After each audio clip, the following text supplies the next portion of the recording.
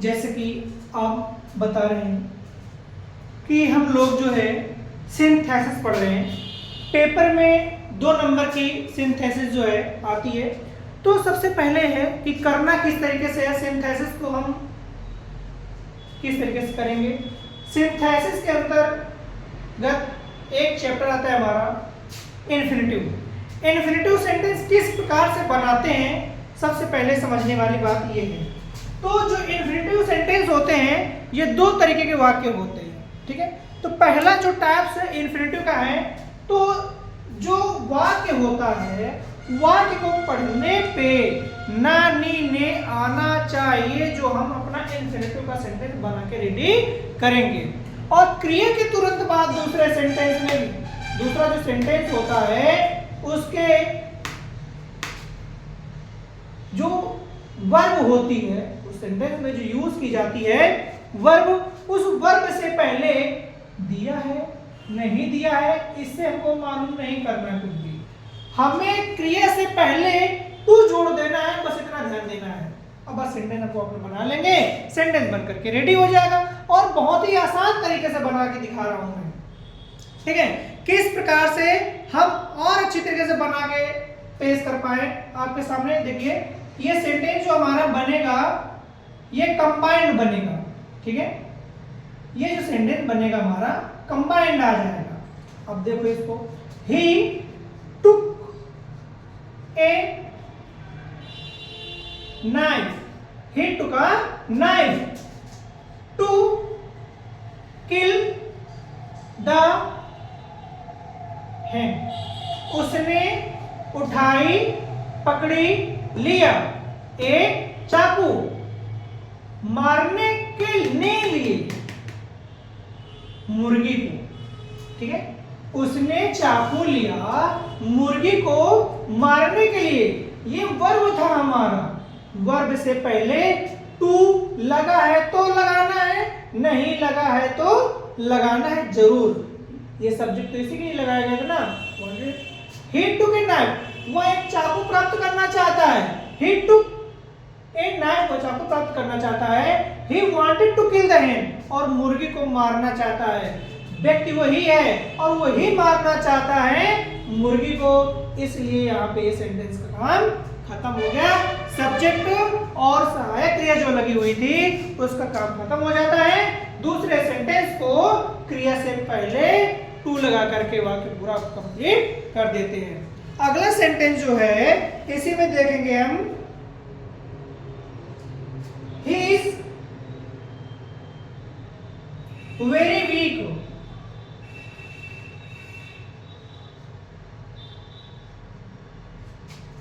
he is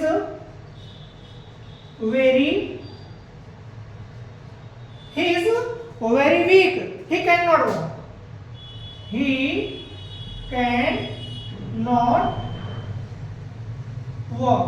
अब इस sentence को हम आसानी से बना पाएंगे या नहीं बना पाएंगे। क्या हो जाएगा, he is very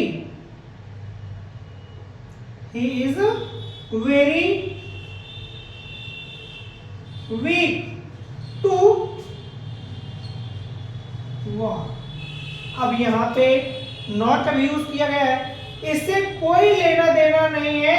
जब हमारा मीनिंग को वर्ब मिल जाएगा तो वर्ब से ही पहले हमको टू जोड़ करके अपना सेंटेंस कंप्लीट बना लेना है। इसी को हम इन्फिनेटिव कहते हैं। और भी अभी हम सेंटेंस देखेंगे, और भी सेंटेंस करवा रहा हूं। अलग अलग प्रकार के सेंटेंस हैं। He wants to study, wants to study। He has gone to Agra, he has gone to Agra। इस तरीके से सेंटेंस हमारा जो है ये पूरा का पूरा कंप्लीट हुआ। अब इसको हम बनाएंगे कैसे, सबसे पहले बात तो यही है। तो सबसे पहले देखो, he wants to study, वो पढ़ाई करना चाहता है। he has gone to Agra, वह पढ़ाई करना चाहता है और वह आगरा जाना चाहता है। इस सेंटेंस को जल्दी जल्दी से बनाएंगे। सबसे पहले क्या बनाएंगे, रेडी कर रहे हैं, अपने अपने सेंटेंस को जल्दी जल्दी से बनाने की कोशिश करें और जल्दी से बनाएं और अपना दिमाग लगाएं कैसे सेंटेंस बनाएंगे। सबसे पहले वह आगरा जाएगा, जब जाएगा तभी पढ़ाई करेगा। तो इस सेंटेंस में आगे पीछे हो गया है, तो हमको ध्यान देने वाली बात यही है कि कहां से आगे हो रहा है, कहां से पीछे हो रहा है। जो काम पहले होना चाहिए, पहले भाई जाएगा आगरा, जब पहुंच जाएगा तभी वहां पढ़ाई करेगा। तो पहला सेंटेंस ये है, दूसरा सेंटेंस ये है, लेकिन इसमें सेंटेंस क्या कर दिया, उल्टा लिख दिया है। बस अंतर इतना ही है, ठीक है। तो वहां से आ जाएगा पहले ये, he has gone to Agra to study. यही मैं बताना चाह रहा था कि सेंटेंस जो होते हैं दो प्रकार के होते हैं।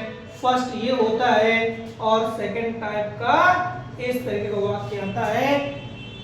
पहले पार्ट में 2 क्वेश्चन बता चुका हूं, दूसरे पार्ट में 1 क्वेश्चन बता चुका हूं। अगर नहीं समझ में आया है तो अपने मन से एक बार और दूसरा कुछ लिख करके कोशिश करें। बाकी और भी मेरे साथ अभी है, मैं क्वेश्चन अभी आपको और करा रहा हूं। ये 1, 2, 3, 4 एक क्वेश्चन और कर लें, आसानी से आ जाएगा आपको समझ में। आई am living for Kolkata, I am living Calcutta लिख लो, कानपुर लिख लो, कोई दिक्कत नहीं है। अपने मन से लिखना है, जो कुछ भी लिखना चाहो लिख सकते हो। I shall live there, I shall live there, ठीक है। मैं हूं लिविंग कानपुर में मैं कानपुर में रह रहा हूं, आई शैल लिव देयर में वहां, ठीक है। इस तरीके से हमने इसको कंप्लीट किया। अब आ जाएंगे हम इसको कंबाइंड बनाएंगे, तो क्या हो जाएगा, I am living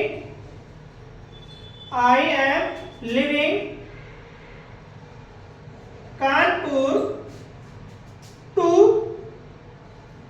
live there. इस तरीके से इस सेंटेंस को हम बनाएंगे।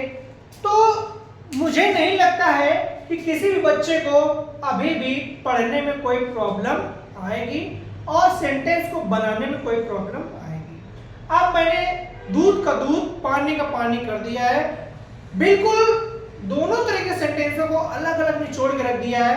अब आपको प्रैक्टिस करने की जरूरत है। बाकी सेंटेंस आपके समझ में आ चुका है। बाकी अगर किसी को समझ में नहीं आया तो प्लीज कमेंट में जरूर कुछ ना कुछ लिख के भेजें। कौन सा सेंटेंस में नहीं समझ में, कौन सा सेंटेंस में उसको दिक्कत हो रही है या नहीं समझ में आया, तो मैं विस्तार से उसको वीडियो बना करके फिर से अपलोड करने की कोशिश करूंगा। धन्यवाद दोस्तों।